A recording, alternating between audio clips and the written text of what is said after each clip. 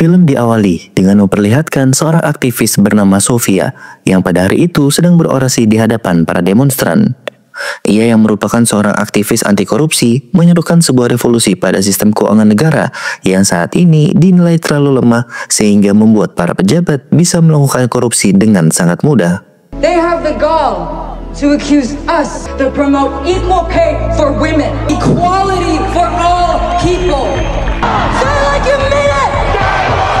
Di tengah orasi, seorang pria tiba-tiba muncul di tengah para demonstran, dan dari wajahnya ia benar-benar terlihat kagum dengan orasi yang disampaikan oleh Sofia.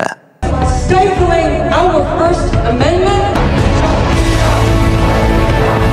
Selesai menghadiri orasi, si pria yang diketahui bernama Dusty ini berhenti sebentar di pinggir jalan untuk beristirahat. Tapi tak lama kemudian, tiba-tiba ia digerebek oleh pihak kepolisian karena kedapatan membawa senjata di dalam mobilnya. Meski sudah berusaha untuk kabur, Dusty pada akhirnya tetap bisa ditangkap oleh pihak kepolisian. Gun! Put your hands up! Look, I can explain. Hands on your head.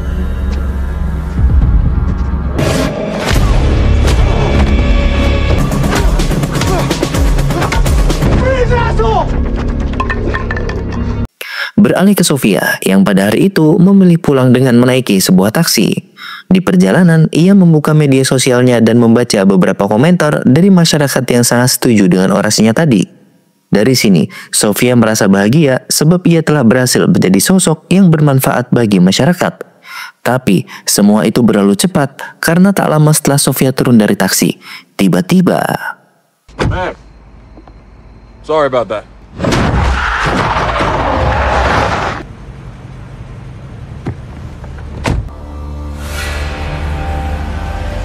Dari sini, Sin pun memperkenalkan kita pada tokoh utama dalam film ini. Ia merupakan seorang agen senior di FBI bernama Travis. Hari itu, Travis diperintahkan untuk menyelamatkan seorang rekannya yang sedang terjebak di tengah amukan para preman. Sesampainya di sana, terlihat keadaan cukup chaos. Para preman berjumlah lebih banyak, sementara pihak keamanan terlihat kewalahan. Meski demikian, kejadian seperti ini bukanlah apa-apa bagi Travis. Ia pun segera mengalihkan perhatian semua orang dengan 2 buah tabung gas dan lalu meledakkannya.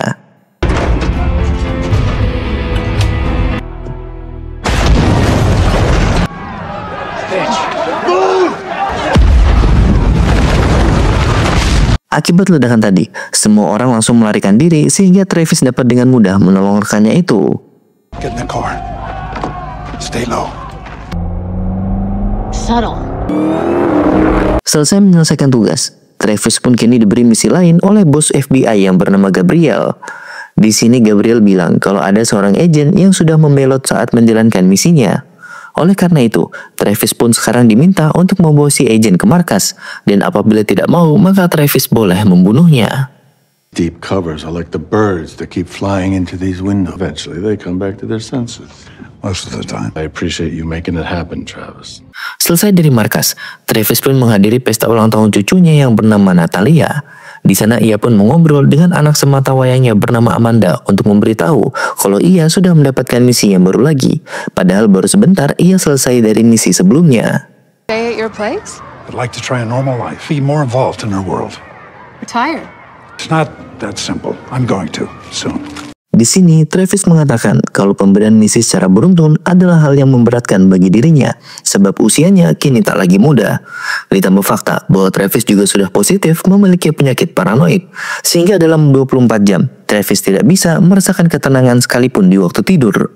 Bahkan karena penyakitnya inilah, Travis juga menghadiahi cucunya sebuah alat setrum untuk jaga-jaga jika sewaktu-waktu Travis berada jauh dari mereka. I'm just giving her the tools to protect herself. Thank you, Gramps. I love it. Di sisi lain, 2 orang jurnalis bernama Drew dan juga Mira kini sedang membahas kematian Sofia. Menurut pendapat mereka, kecelakaan yang dialami oleh Sofia tidak mungkin terjadi secara natural, sehingga di suatu tempat pasti ada seseorang yang sudah menyeting semua ini. Kemungkinan motif dari semua ini adalah karena Sofia terlalu gamblang berorasi dan juga banyak sekali menyinggung soal sistem pemerintah yang korup. Sofia Flores' death is a tragedy. No one's arguing that. But not naming a suspect or divulging evidence, that's not news. I've been writing about her for over a year, and in return was mowed down in a hit and run. But news stories are based on fact. Find them first, then write your story. Pada keesokan harinya, terlihat Travis yang saat ini sedang mendatangi Dusty di kantor polisi. Nah, rupanya agen pembelot yang dimaksud oleh Gabriel adalah Dusty ini. Tak mau berlama-lama di sana, Travis pun membebaskan Dusty dari penjara dan berniat untuk membawanya kembali ke markas. Work with me, and I'll spin it with Robinson as best I can. The only thing you need to know is whose orders you follow. Loyalty's lying the wrong side of the future. You do whatever you gotta do to me. Di tengah jalan, Travis rupanya sedikit lupa kalau ia tadi dipesani oleh anaknya untuk menjemput Natalia. Dengan segera, ia pun berbelok arah dan pergi ke sekolah. Shit. Sesampainya di sana, Travis pun menemui cucunya, sementara Dusty ia tinggal di mobil dengan keadaan tangan terborgol. Where my re-education begins? Wrist. Saat Travis masuk ke dalam sekolah, Dusty pun berhasil melepas borgolnya dengan bantuan salah satu anak yang ada di sana. Tak berselang lama, Travis yang kembali ke mobil tentu saja langsung terkejut melihat Dusty yang sudah menghilang. Untung saja, tak lama kemudian ia berhasil melihat Dusty yang kabur menggunakan sebuah truk. Dengan segera, Travis pun mengejarnya. Hey, kid. I like those buttons though. Can I see one of those? Dusty, don't do this! Di tengah kejar-kejaran, Dusty pun menghubungi agensi dari sebuah surat kabar dan secara kebetulan nomor yang ia telepon terhubung kepada Mira. Di sini Dusty mengatakan kalau ia mempunyai bukti penting yang berkaitan dengan kematian Sofia dan juga konspirasi yang ada di belakangnya. Nah, karena terlalu fokus menelpon, Dusty pun sedikit oleng dan membuat truk yang dinaikinya mengalami kecelakaan. What the hell are you doing? I'm going to free my conscience!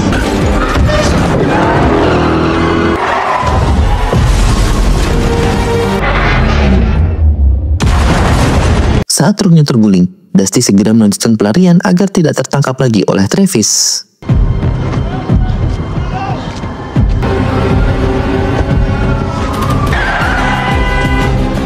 Pada malam harinya, Travis pun melaporkan kalau ia gagal membawa Dusty kembali ke markas dan sekarang target mereka malah kabur.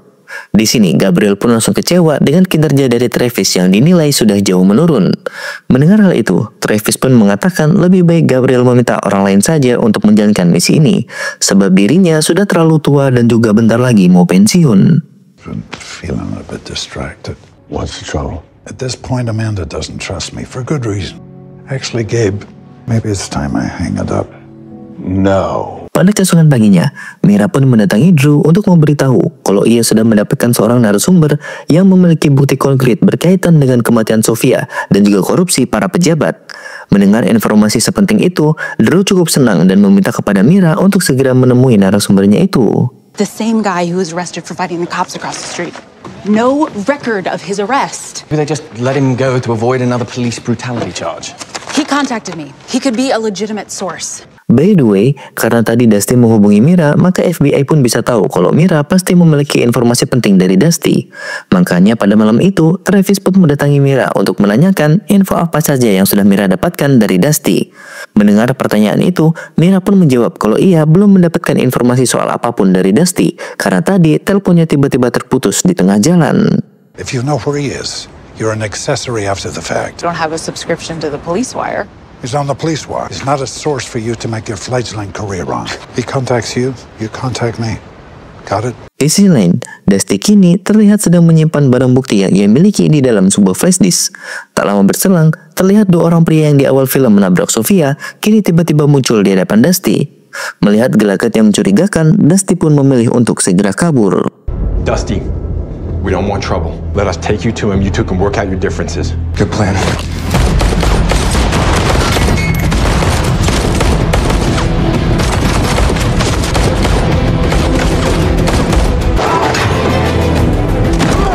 Pada keesokan paginya, Dusty kembali menghubungi Mira dan mengajaknya untuk bertemu di sebuah acara launching buku.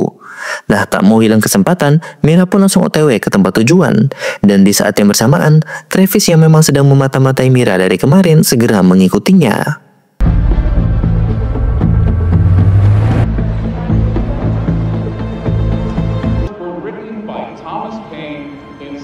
Di tengah obrolan, keberadaan Travis berhasil diketahui oleh Dusty, sehingga tak lama kemudian ia pun berusaha untuk melarikan diri.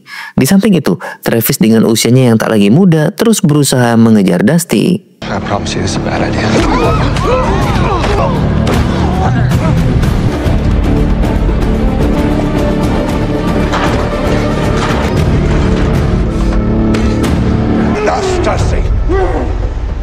Saat Dusty hendak melarikan diri lagi, Travis pun bertanya apa alasan yang membuat Dusty rela membelot dari FBI.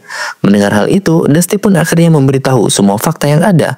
Selama ini, ia telah ditugaskan oleh Gabriel, sang bos FBI, untuk menghabisi semua orang yang berani menyinggung soal korupsi yang dilakukan oleh para pejabat tinggi. Namun sekarang, ia sudah tak sanggup lagi menjalankan perintah itu. Apalagi, wanita yang ia cintai yang tak lain dan tak bukan adalah Zofia juga turut menjadi korban. Oleh karena itu, Dusty kini sudah membulatkan tekad untuk mempublikasikan semua bukti kejahatan yang ia miliki kepada Mira. I can help you come back with dignity, get your life back. Not deep enough to see the truth. We're killing innocent civilians because I was one of the agents ordered to do the killing. Under whose orders? Robinson's. I'm going to prove it. Setelah menjelaskan ini semua, Dusty pun hendak pergi dari sana. Namun baru saja ia berjalan satu langkah, tiba-tiba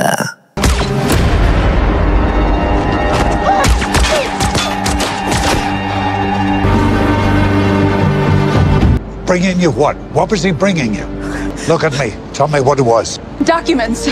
What kind of documents? His orders. pada keesokan harinya, Dusty pun dimakamkan di tempat pemakaman umum dan dihadiri oleh beberapa rekan kerja termasuk Travis. Sesaat setelah para tamu bubar, Travis pun dihampiri oleh Gabriel dan diberi perintah untuk melupakan saja misi soal Dusty kemarin. He didn't deserve to die like that. If you'd done your job, we wouldn't be wearing these suits today. Let's point our focus back where it needs to be. Plenty more souls to save. Selesai dari pemakaman Dusty, Travis pun menemui Mira untuk mengobrol dan menanyakan sekali lagi informasi apa saja yang sudah ia dapatkan dari Dusty. Nah, karena terus didesak, Mira pun akhirnya memberitahu kalau sejauh ini Dusty hanya membocorkan sebuah operasi rahasia FBI berkode U yang berarti Unity. Nah, untuk lebih detail dan jelasnya apa, Mira sendiri tidak tahu karena Dusty memang belum sempat memberikan penjelasan. This everything Dusty told you? That's it. Operation Unity. Did he say what its mission is? How long you been doing that? Oh, probably too long. Pada keesokan harinya, Travis mendatangi Gabriel untuk menanyakan soal operasi U. Namun alih-alih mendapatkan jawaban, Travis malah mendapatkan ancaman dari Gabriel. Jika ia berani macam-macam, maka anak dan cucunya lah yang akan menjadi korban. Oh, please. You work for me. You are my weapon. When does it end? When I say it does. There is no out for you. Di saat yang sama, Mira kini sedang mendatangi Drew karena telah mencuri informasi yang berasal dari wawancaranya bersama Dusty. Tak sampai di situ, Drew juga langsung mempublikasikannya dengan alasan kalau ia takut berita itu diterbitkan duluan oleh media lain. Mira. That was my lead. You sent me home so you could steal my story. I did not. Stay away from my story. Okay, I'm sorry. Saat hari sudah malam, Drew yang sedang dalam perjalanan kembali ke rumah tiba-tiba diikuti oleh sebuah mobil. Nah, karena merasa curiga, Drew pun segera melaju untuk melarikan diri dari mobil tersebut.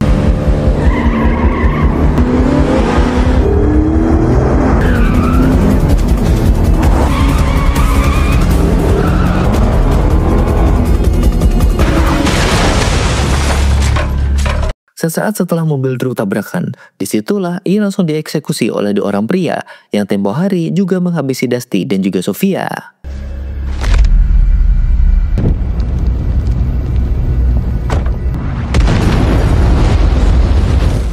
Sudah dipastikan lagi, Drew pada akhirnya dibuat tewas karena telah mempublikasikan berita terkait kematian Dusty yang berhubungan dengan konspirasi para pejabat tinggi. Beralih ke Travis yang saat ini penyakit paranoidnya kembali kambuh sebab ia tak dapat menghubungi anak dan juga cucunya. Ditambah lagi, CCTV di rumah juga terlihat mati. Oleh karena itu, Travis pun mencoba untuk mendatangi tempat kerja anaknya dan juga mendatangi sekolah cucunya untuk mencari tahu keberadaan mereka. But your granddaughter no longer goes to school here. A few days ago. Not sure what happened. Amanda quit the hospital. No. Everything's fine. Everything's fine. Karena tak kunjung mendapatkan informasi di mana anak dan cucunya, Travis pun mendatangi Gabriel karena mengira kalau Gabriel adalah dalang di balik ini semua. Where's my family? How the hell would I know? You're gonna need more men. I don't have a clue what you're going on about. We always had each other's back, remember? Singkat cerita, saat Gabriel kembali ke kantor, disitulah ia bertemu dengan dua orang pria yang dari awal film memiliki peran sebagai eksekutor. Diketahui, dua orang pria itu bernama Kabul dan juga Kibul. Masing-masing adalah anggota FBI aktif yang selama ini memang menjadi tangan kanan dari Gabriel. Keduanya sudah terlibat dalam operasi U yang bertujuan untuk menghabisi siapa saja yang berani menyenggol permasalahan korupsi oleh para pejabat. Nah, dari percakapan mereka inilah, kita juga tahu kalau Gabriel memang sengaja membentuk operasi U untuk memuaskan dan menyenangkan para pejabat, sehingga ia bisa menjadi bos FBI dalam periode yang lama.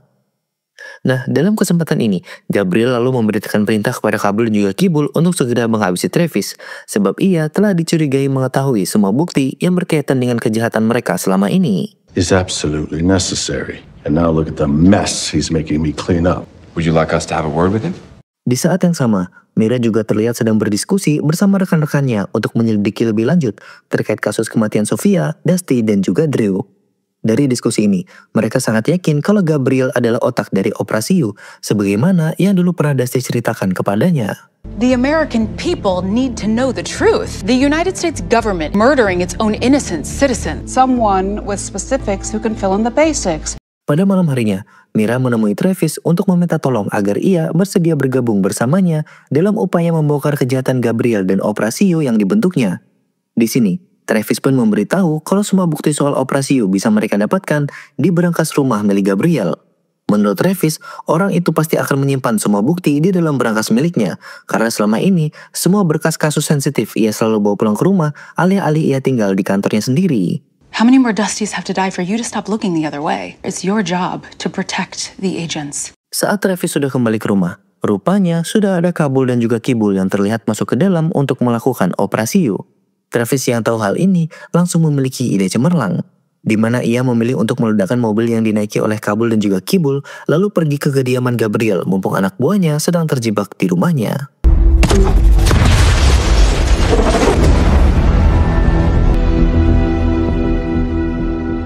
Singkat cerita, Travis pun tiba di kediaman Gabriel.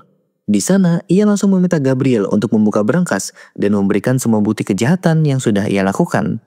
Nah, karena sudah ditodong sebuah pistol, tentu saja Gabriel tak punya pilihan selain menuruti permintaan dari Travis. It's not a request, Gabriel. I'll add it to my list. Open it. Or what? Saat sedang membuka berangkas, Gabriel sengaja mengulur waktu agar anak buahnya termasuk Kabul dan juga Kibul bisa segera datang. Are you really gonna shoot me, Travis? Yes, I will. The hard drive. I need to see what's on it. Ketika Travis sedikit lengah karena sedang memindahkan file, disitulah Gabriel berusaha untuk kabur. Di luar rumah, kebetulan sekali seluruh anak buahnya sudah tiba, dan tanpa berlama-lama, ia pun meminta kepada mereka untuk menghabisi Travis yang berada di dalam. You two, take it back. Di sisi lain, Travis yang tahu jika ia akan diserang dengan segera menyiapkan arena pertempuran. Pengalaman panjang Travis sebagai anggota FBI benar-benar tak diragukan lagi. Ia mulai memindahkan lilin agar siluet tubuhnya tidak mudah terlihat, dan selain itu ia juga membocorkan saluran air agar rumah Gabriel langsung banjir. Nah, ketika semua persiapan sudah selesai, disitulah Travis langsung beraksi.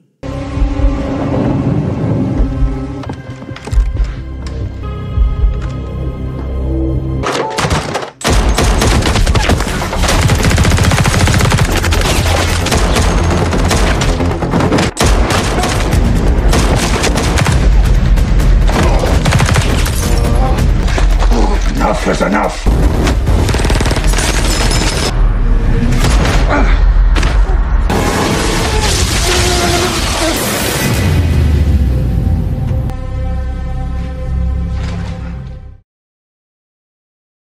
Pada keesokan paginya, dengan keadaan tubuh masih ada luka, Travis pun membuka semua bukti yang ia barusan dapatkan dari berangkas Gabriel bersama dengan Mira dan juga jurnalis lain. Dalam bukti tersebut, terdapat sebuah video di mana semua kegaduhan ini berasal. Character assassination, political blackmail. All under the guise of protecting democracy. Oh, there's a video. Play it. Nah, sesuai dengan cerita sebelumnya, di mana Dusty memang menerima perintah langsung dari Gabriel untuk menjadi bagian dari operasi U. Awalnya sih semua berjalan lancar, sampai suatu ketika ia menerima perintah kalau kali ini target yang harus dibunuh adalah Sofia. Mendengar hal itu, Dusty pun langsung menolak karena ternyata ia dan juga Sofia telah menjalin hubungan. Gabriel yang mengetahui fakta ini memilih untuk tidak mengambil pusing dengan ingin mengeksekusi keduanya sekaligus. Sofia akan ditabrak, sementara Dusty akan dijebak dengan dibuatkan sebuah konspirasi yang menunjukkan kalau ia adalah seorang pembelot. Have you maintained contact with the target? She thinks I'm her boyfriend. Yes, the target's name is Sofia Flores. How long has this been going on? A little over a year now. You can see it in his face. They were in love. I feel sick. Di tengah obrolan, Travis mendapatkan telepon dari anaknya yang memberi kabar kalau mereka sekarang dalam keadaan baik-baik saja dan kini sudah pindah ke kota lain. Keputusan ini ia ambil lantaran dirinya tidak percaya pada Travis untuk menjaga anaknya, sebab paranoid Travis sudah sangat mengganggu mereka. Mendengar hal itu, Travis pun lega dan memaklumi keputusan Amanda. You need to take care of yourself, Dad. I'm not having you turn Natalie into an insecure, screwed-up kid. Wait, Amanda. Pada keesokan harinya, terlihat Gabriel yang baru keluar dari kantor dan hendak pergi untuk bertemu dengan para pejabat tinggi. Namun siapa sangka kalau saat itu, Travis sudah menyamar sebagai sopir demi bisa meringkus Gabriel. Operation Unity is going public. The whole thing. How about now? We'll go public with the truth about the operation. Saat sedang dipaksa untuk mengakui perbuatan dosanya kepada publik, tiba-tiba Gabriel memberontak dan berhasil melepaskan diri. Akibat hal ini, terjadilah sedikit tembak-tembakan yang cukup intens antara Gabriel dan juga Travis.